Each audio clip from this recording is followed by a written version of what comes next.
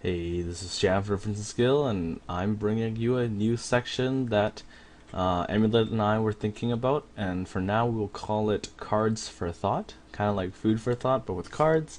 Mainly, we just talk about some cool cards that you should pay a bit more attention to, or maybe if it's not in English yet, we'll say like you should probably invest on these. These are probably going to be good cards because sometimes as much as we do OCG topics when we can, lots of people who watch are only English players only.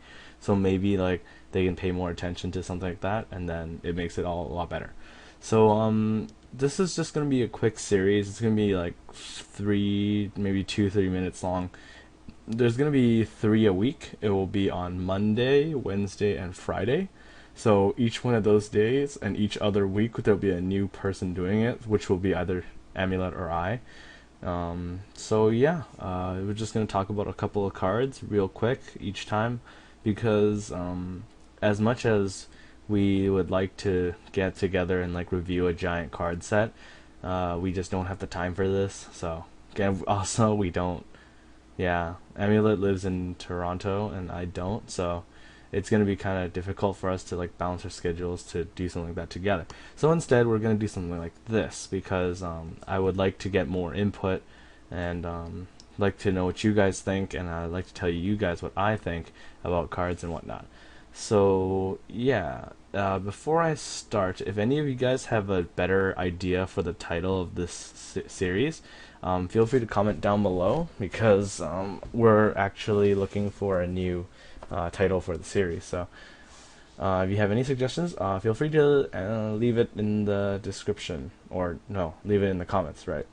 Okay, so the first card I'm going to go over today is Shura Stealth Dragon Kabuki. Shura Stealth Dragon Lawkeeper, but better. Alright, so I'm not going to try to murder that name any harder than I already have.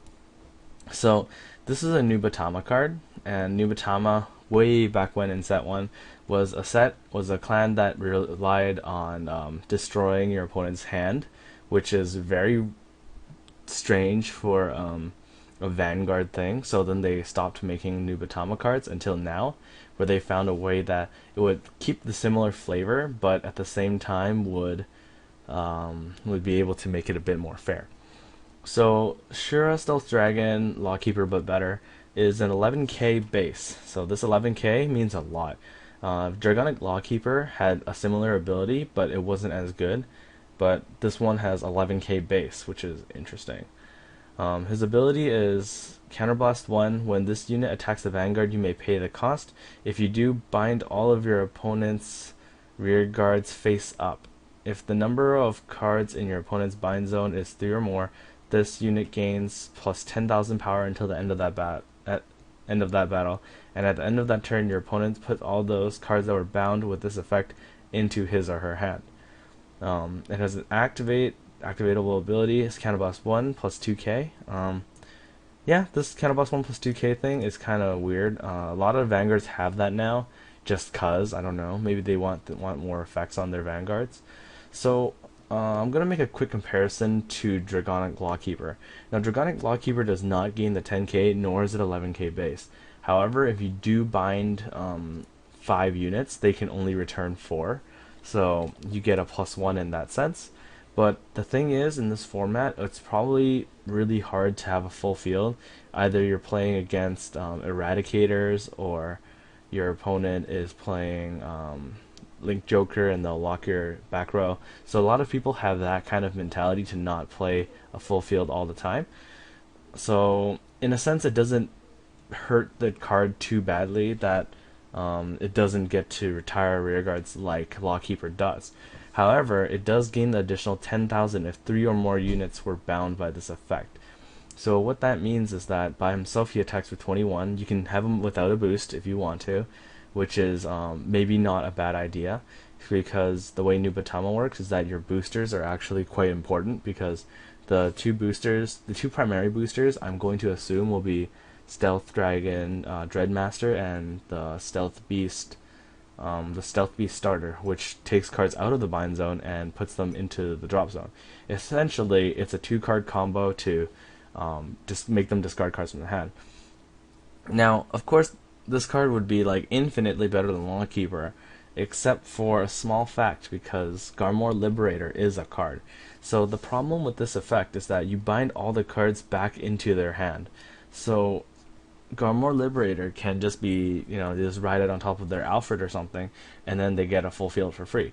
Now, this is probably a matchup based thing. You probably just don't want to use this card's ability if your opponent does not have 3 open counterblast, and you think they're playing Garmor Liberator, then you probably don't want to use this effect. So you need to time the effect a little, which then cuts down on it, how good it is.